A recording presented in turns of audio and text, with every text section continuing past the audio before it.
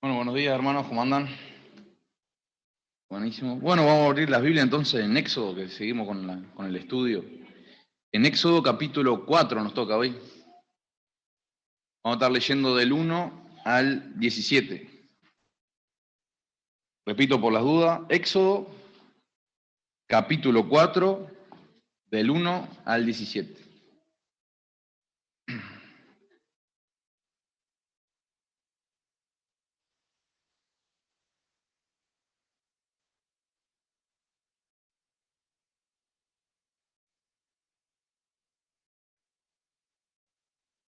¿Sí todos ya más o menos se encontraron?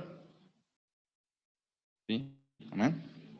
Bueno, procedemos con la lectura entonces. Dice: Entonces Moisés respondió diciendo: He aquí que ellos no me creerán, ni oirán mi voz, porque dirán: ¿no te ha aparecido Jehová?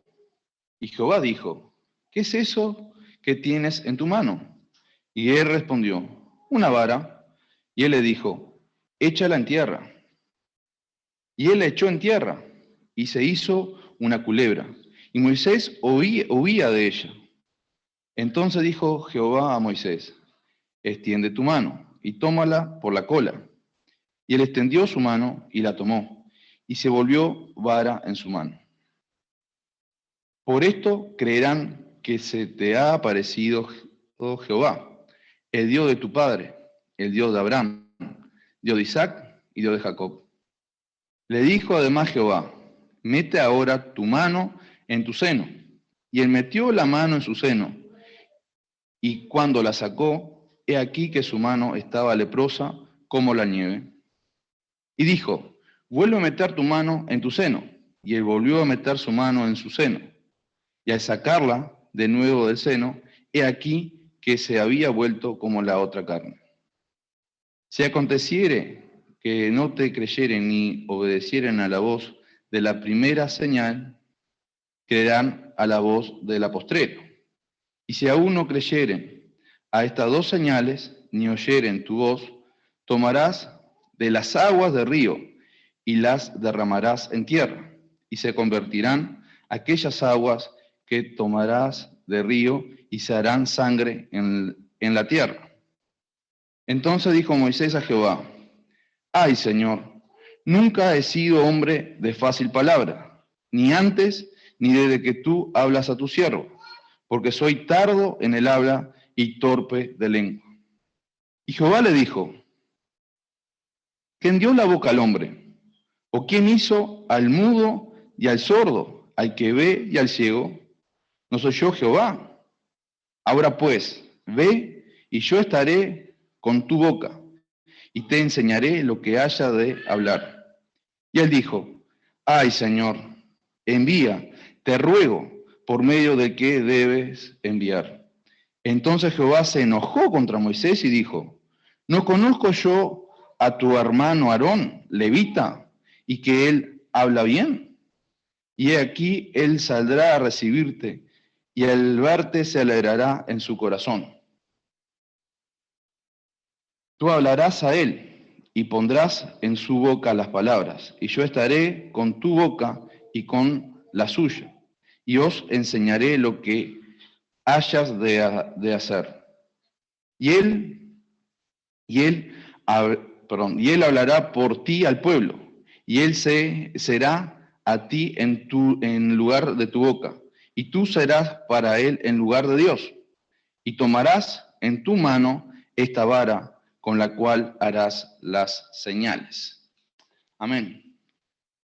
Bueno, hermano, acá podemos ver, ¿verdad?, en lo que es este capítulo, ¿tá?, que es justamente cuando le toca a Moisés, ¿verdad?, recibir lo que era el llamado de Dios, la confirmación de que, bueno, de que él era el hombre que lo iba a usar para todas las obras. Vemos un Moisés, ¿verdad?, que se muestra aterrorizado, ¿verdad? Básicamente es eso, ¿verdad? Pero no por falta de fe en creer en Dios, porque en ningún momento tuvo falta de fe, que estaba hablando directamente con Dios, sino que justamente de falta de fe en sí mismo, en sus propias limitaciones. Bueno, ahora vamos a desglosar un poco más las palabras. Si vemos en el capítulo 4, del 1 al 5, vemos directamente la inseguridad de Moisés.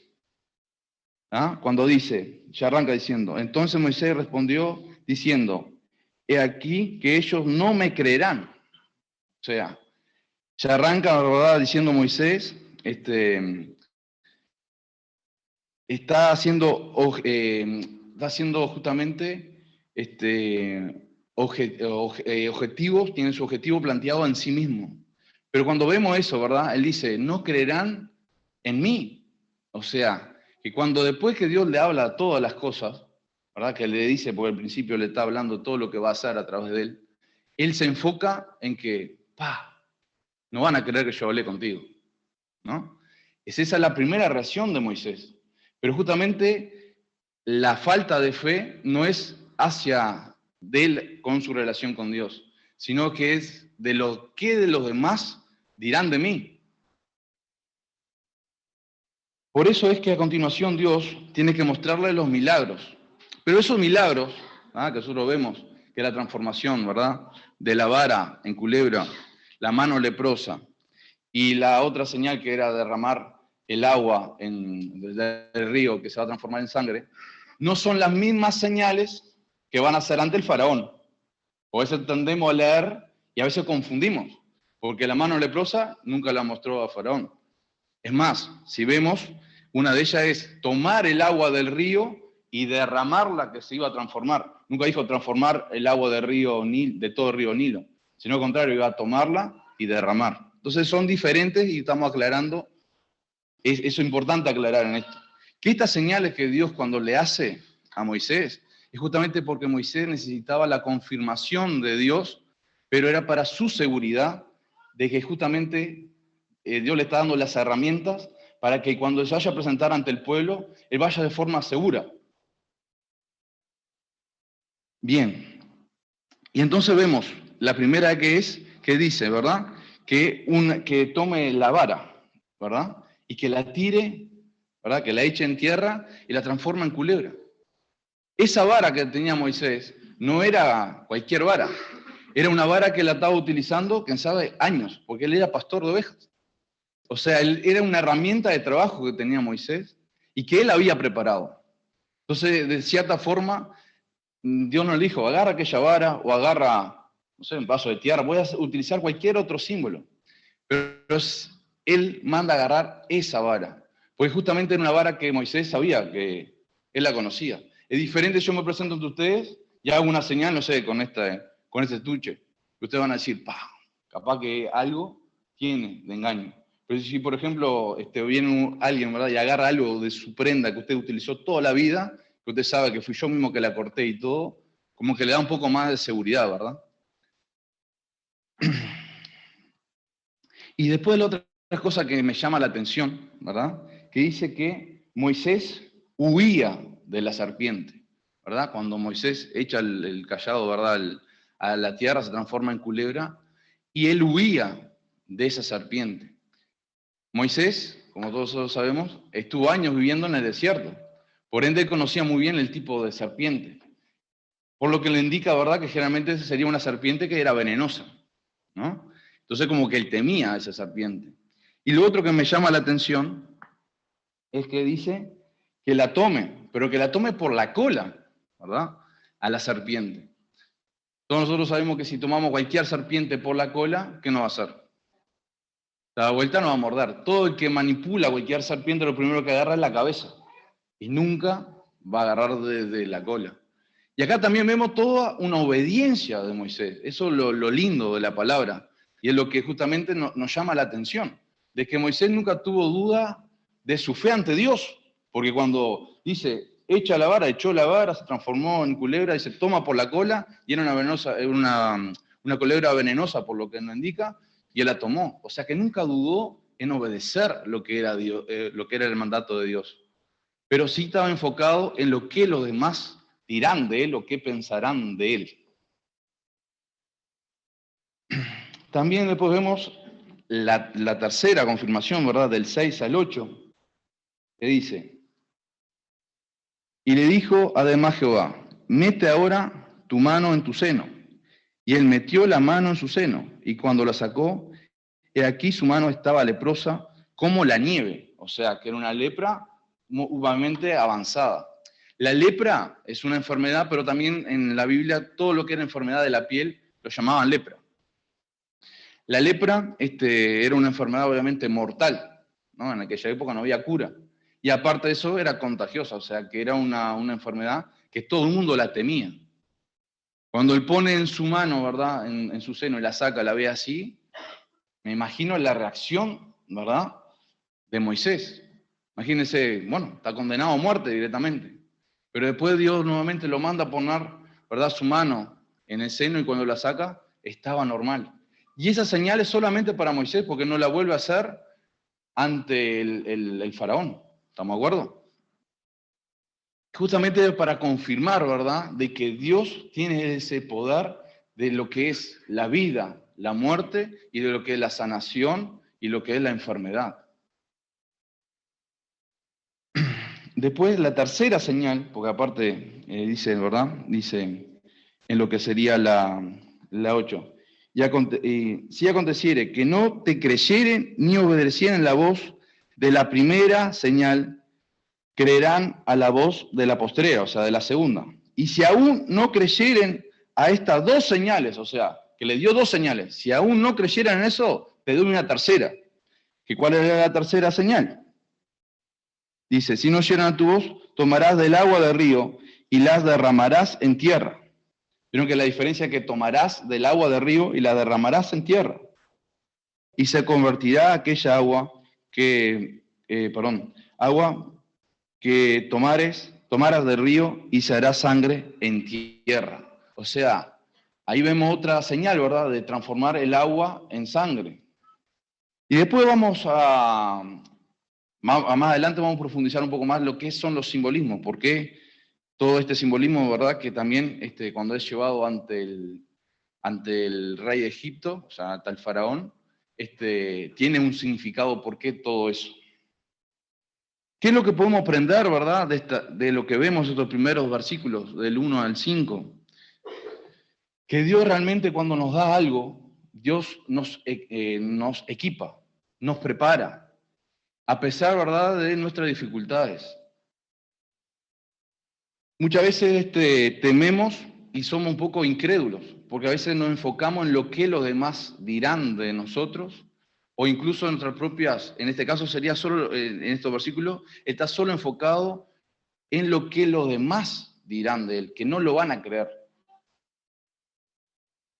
Pero gracias a Dios, Dios es un Dios soberano, ¿verdad?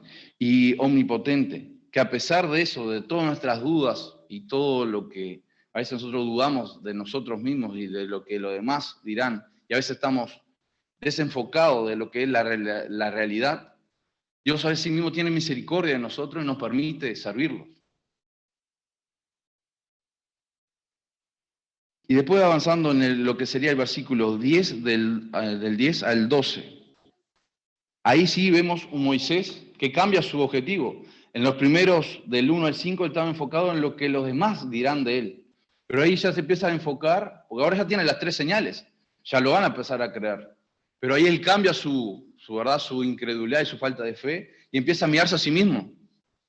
Vemos a un Moisés, ¿verdad?, que en el 10 dice, entonces dijo Moisés a Jehová, ay Señor, no es tipo, bueno, no, ay Señor, nunca he sido hombre de fácil palabra, ni antes ni desde que tú hablaras a tu siervo, porque soy tardo en el habla y torpe de lengua.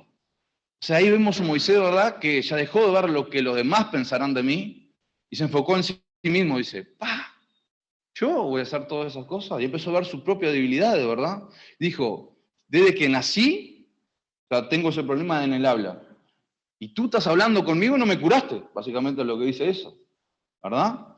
Y sigo con ese mismo problema. ¿Cómo voy a dirigirme a un pueblo? ¿Cómo van a creer todo ese pueblo, verdad?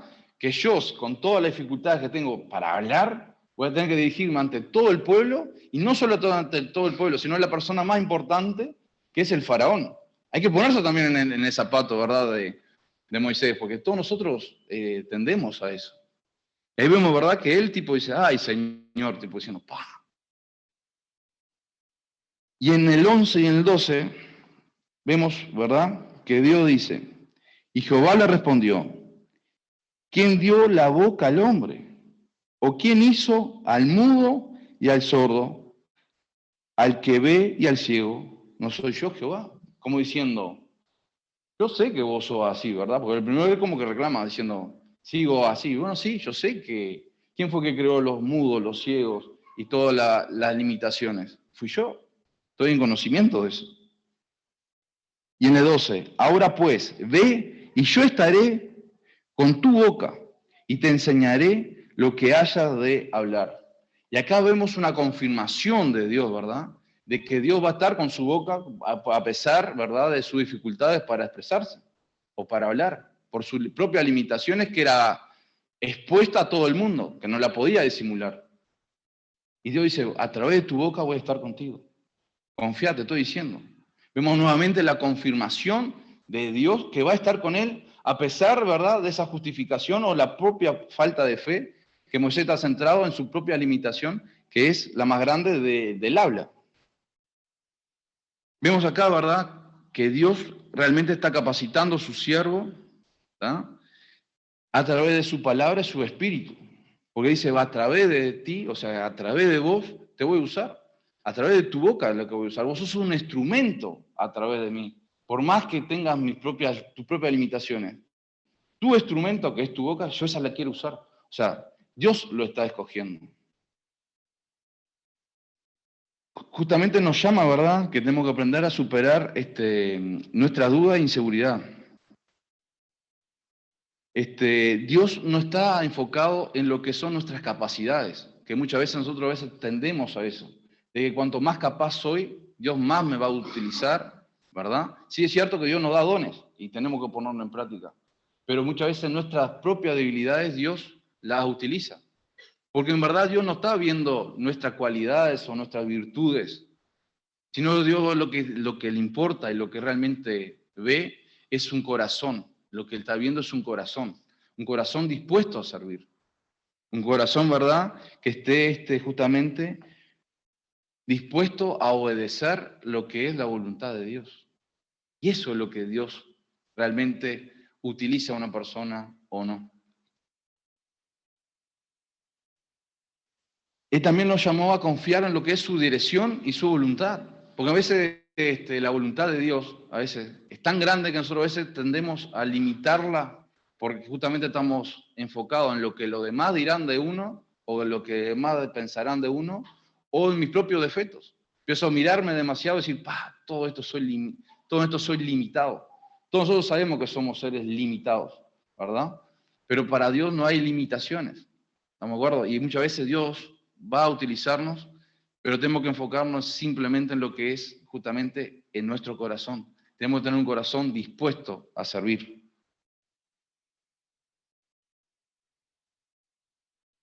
Después, si nos enfocamos en lo que es el versículo 13 y 14, ¿verdad?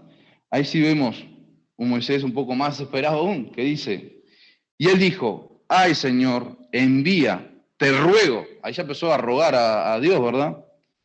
Por medio de que debes enviar. O sea, que ahí le está diciendo, Dios, todo lo que vos me dijiste, te voy a hablar así. Ahí ya no basta con el ay Señor. Al ay Señor le agrega, te ruego Dios. Ya está desesperado, ¿verdad?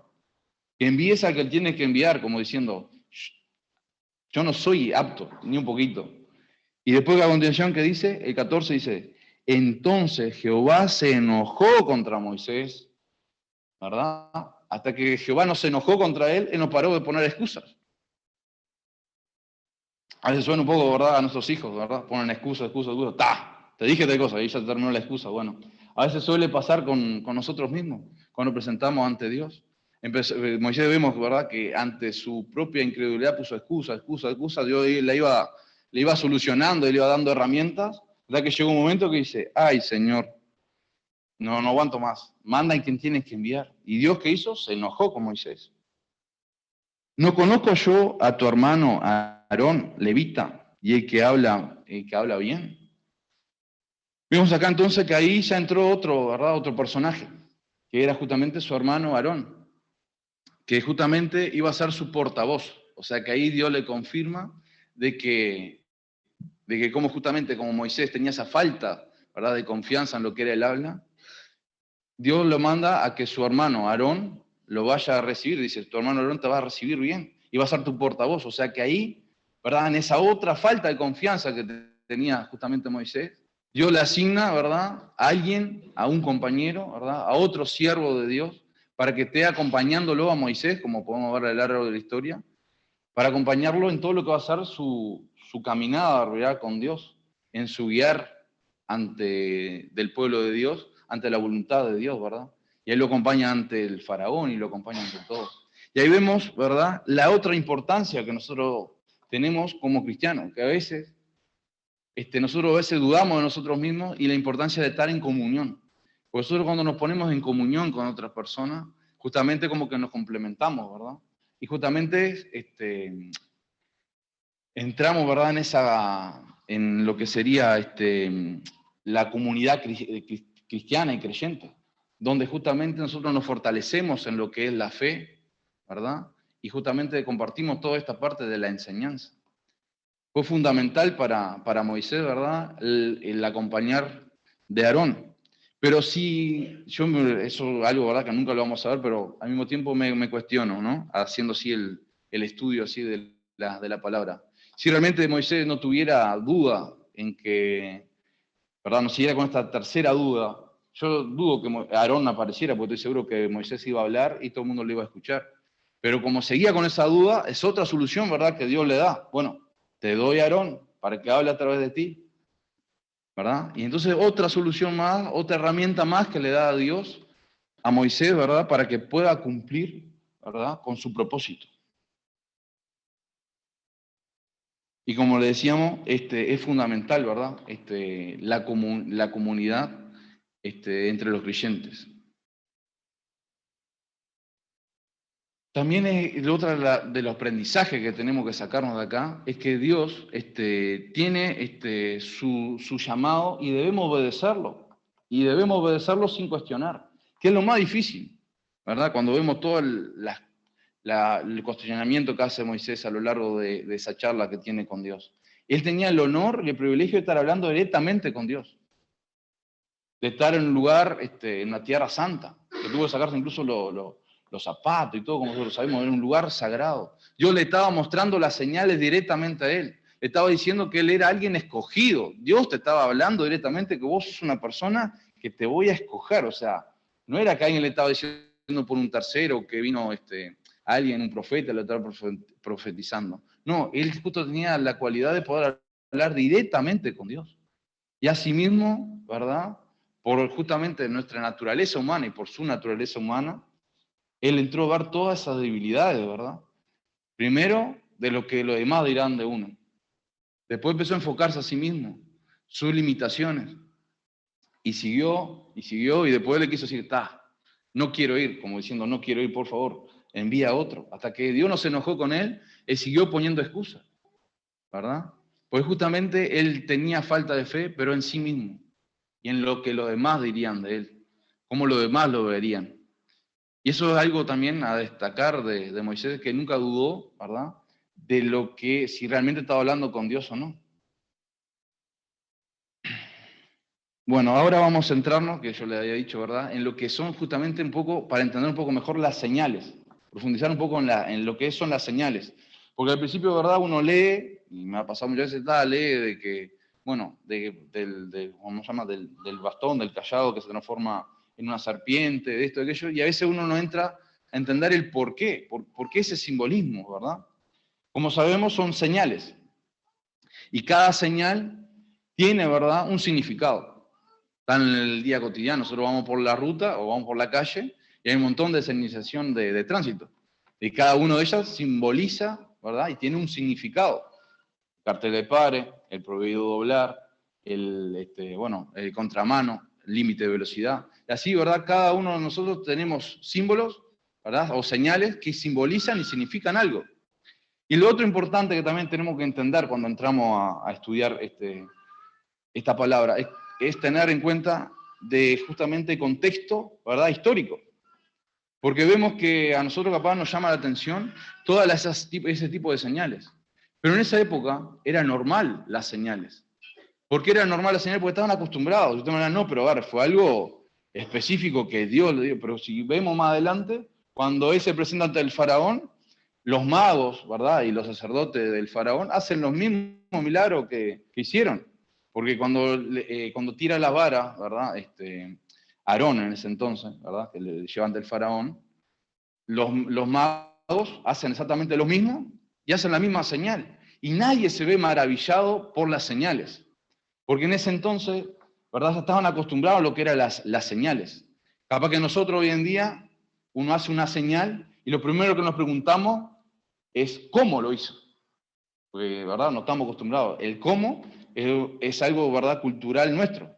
Pero en aquel entonces, en las señales era algo normal. Si no, ellos se preocupaban saber qué significaba esa señal. No sé si me siguen la diferencia. Si nosotros hoy en día nos pasara lo mismo, todos nosotros nos íbamos a cuestionar el cómo hizo eso. Pero en aquel entonces ellos se preocupaban en saber qué significaba eso. Por eso es tan importante a veces entender, bueno, ¿y por qué, verdad, un cayado y por qué una serpiente? Bueno, sobre todas las cosas, la serpiente, en aquel entonces, para lo que era justamente los egipcios, simbolizaba lo que era la protección y el poder real. Y se consideraba un símbolo de la realeza, o sea que solo la realeza podía utilizar ese símbolo. Y era una autoridad del faraón, simbolizaba la autoridad del faraón.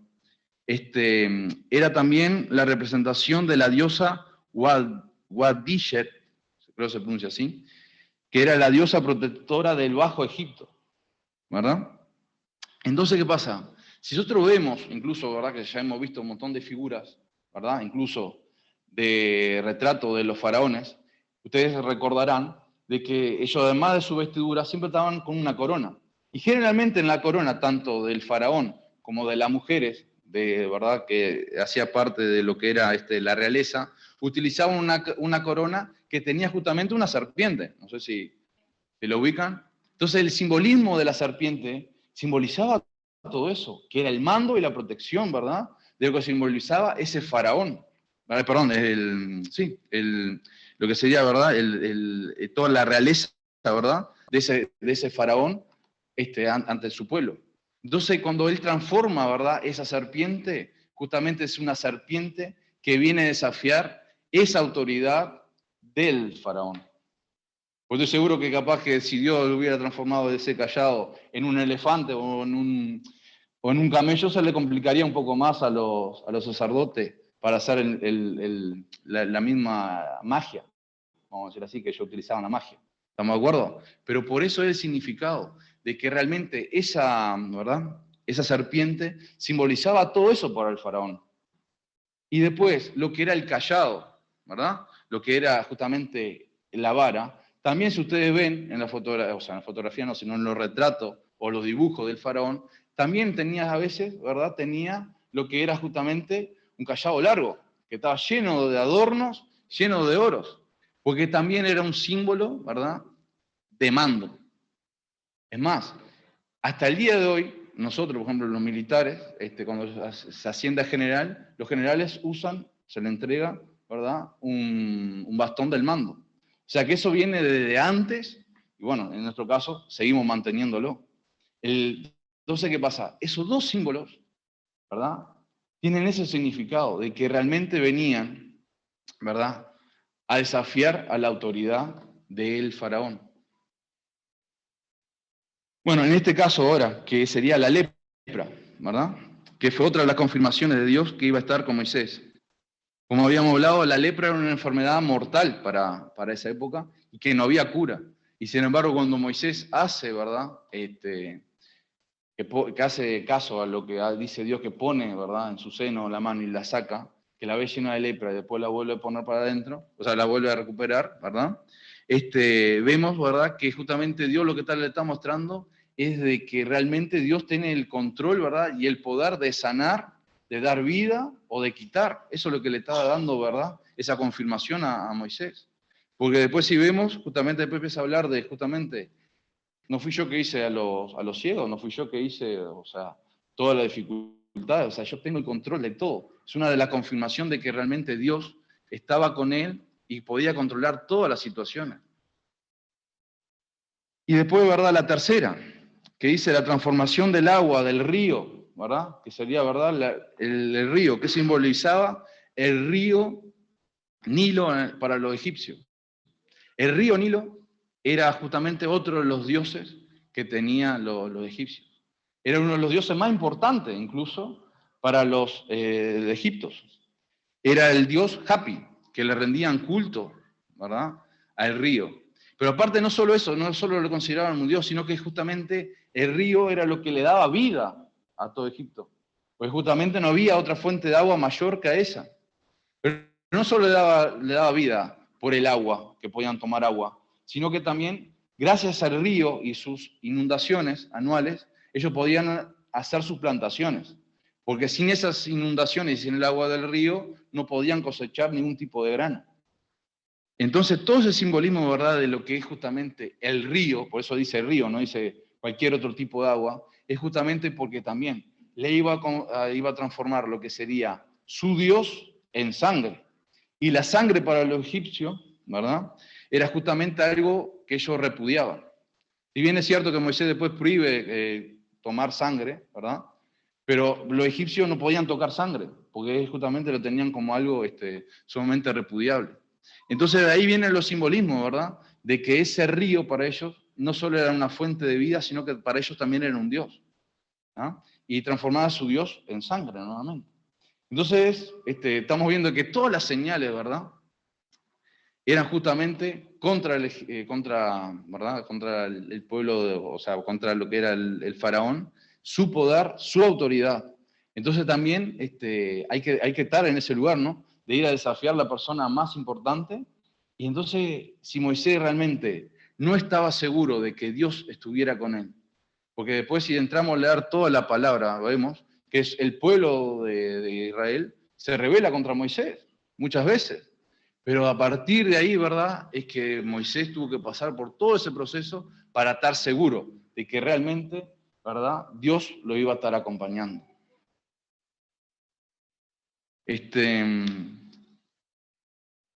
También el río, ¿verdad?, era una renovación de la vida, la tenían como la renovación de la vida. ¿Por qué? Pues justamente como había las inundaciones y terminaban las inundaciones, ellos lo tenían como ese ciclo, ¿verdad?, de inundación, y dejaba de estar inundado como un ciclo de la vida. Entonces ellos también lo consideraban que era el Dios de la inmortalidad. Entonces, por eso digo, el río para ellos simbolizaba muchas cosas. La sangre simbolizaba también las cosas. La serpiente simbolizaba algo y tenía algo importante. Y si vamos más adelante, ¿verdad?, cuando justamente nos adelantamos, cuando Aarón y Moisés van ante el faraón y tiran, ¿verdad?, el cayado y hacen la señal de que se transforma en serpiente, y que después vienen justamente los magos, ¿verdad?, los que justamente eran sacerdotes, y hacen la misma señal, como que no vemos al faraón sorprendido por ninguna de las dos señales. Cuando también Moisés transforma el agua en sangre del río, sus ayudantes hacen la misma magia. Y el faraón, al contrario, se enoja más, porque está diciendo, estos tipos, nunca estar sorprendido por las señales, sino el mensaje es, ¿qué simboliza esas señales? Que a veces nosotros cuando la leemos, la pasamos por alto. Pero también vemos, ¿verdad?, cuando están ante el faraón, que tiran los callados y se transforman en serpiente. ¿Qué pasó con la serpiente de Aarón, o sea, de Moisés? Se comió las otras serpientes. O sea que ahí es un mensaje claro. Y ahí fue cuando el faraón aún más se enojó, porque era claro de que el Dios, ¿no?, el Dios que Moisés estaba hablando, el Dios de Israel, venía a derrotar a sus dioses, porque era justamente un Dios contra varios dioses. ¿Entienden? Y era un Dios con D mayúscula, venía a comerse a los otros dioses con D minúscula. Entonces, cuando entramos a leer y profundizar todo en la palabra, vemos que todo ese simbolismo tiene un porqué, y el porqué tanto el enojo, ¿verdad?, de ese faraón, a pesar de que desde un principio Dios ya le había dicho de que iba a endurecer el corazón, ¿verdad?, de faraón. Y a lo largo de esta palabra vemos todo un tratamiento, pero duro, ¿verdad?, de Dios también, no solo con el faraón, sino también con su pueblo. Porque entramos a ver que después el faraón entra a castigar a su pueblo porque no está trabajando. Y el pueblo viene a decir, estamos cansados ya de ser esclavos y cada vez aumentó nuestra esclavitud. Y vienen a quejarse ante Moisés y Moisés habla ante Dios. Dios, me mandaste acá y todo el mundo está enojado conmigo porque al contrario, el faraón la sigue castigando aún más peor de lo que yo venía. Entonces vemos todo un tratamiento, ¿verdad? Que entramos a analizar la palabra y es muy interesante. Vemos realmente cómo Dios entra a trabajar en todos y en cada uno de ellos y muchas veces de forma dura y severa. Bueno, hermanos, en conclusión, la historia de Moisés nos recuerda que Dios puede usar a personas, ¿verdad? A cualquiera de nosotros, a pesar de nuestras propias limitaciones. Que Dios realmente no está viendo nuestras capacidades o nuestras cualidades para que nosotros estemos sirviendo, sino que Dios realmente ve el corazón. Si nosotros tenemos un corazón que realmente esté con voluntad de servir, como es la verdad que dice, heme aquí, envíame a mí, ¿no? En Isaías 6:8. Si realmente aplicamos eso, de que cuando Dios nos llama, ¿verdad? O con todas las cosas, con todas las labores que Dios tiene para cada uno de nosotros, estamos con ese corazón de heme aquí, envíame a mí, y no empezamos a enfocarnos en lo que los demás dirán de nosotros, o incluso en nuestras propias limitaciones, ya sea por falta de tiempo, por falta de capacitación, porque capaz que no soy un erudito estudiando. Dios, en verdad, lo que está preocupado o lo que ve, en verdad, es nuestro corazón y nuestra actitud hacia Él. Si realmente tenemos actitud de heme aquí, envíame a mí, Dios nos va a usar. Y tenemos que estar confiando en Dios, que Dios realmente nos va a dar todas las herramientas y toda la capacidad para que realmente podamos llevar adelante esa obra o ese principio, ¿verdad? O ese objetivo que Dios tiene con cada uno de nosotros. Porque realmente nosotros debemos de estar convencidos que somos instrumentos en la mano de Dios. Que simplemente vamos a ser instrumentos, de que si Dios nos quiere utilizar, buenísimo, excelente, heme aquí, envíame a mí, con todas las dificultades y limitaciones que tenga, pero que realmente Dios, ¿verdad?, nos va a utilizar y nos va a estar equipando y nos va a estar respaldando. Pero nosotros tenemos que estar enfocados no en lo que los demás dirán o no en mis propias limitaciones, sino en realmente en tener ese corazón y estar confiando en que Dios nos va a estar abriendo todas las puertas, ¿verdad? Y nos va a estar capacitando y dando toda esa herramienta que nosotros realmente necesitemos para su gloria, ¿verdad? Y que Dios se va a glorificar a través de nosotros, pero que nosotros nunca podemos ser exaltados, ¿verdad? Porque quizás si Moisés estuviera enfocado en que era muy buen hablador, quizás se transformaría en un político o en un líder natural. Pero él veía que justamente al pararse ante todo ese pueblo, justamente no iba a tener esas cualidades que quizás muchos lo tenían en esa época de líderes, de arengar, ¿verdad? De tocar el corazón de las personas. Empezó a ver todas esas cosas de que realmente no iba a poder. Pero en verdad Dios estaba viendo su corazón, en que realmente él estaba dispuesto a hacerle caso como lo vemos que realmente lo hizo.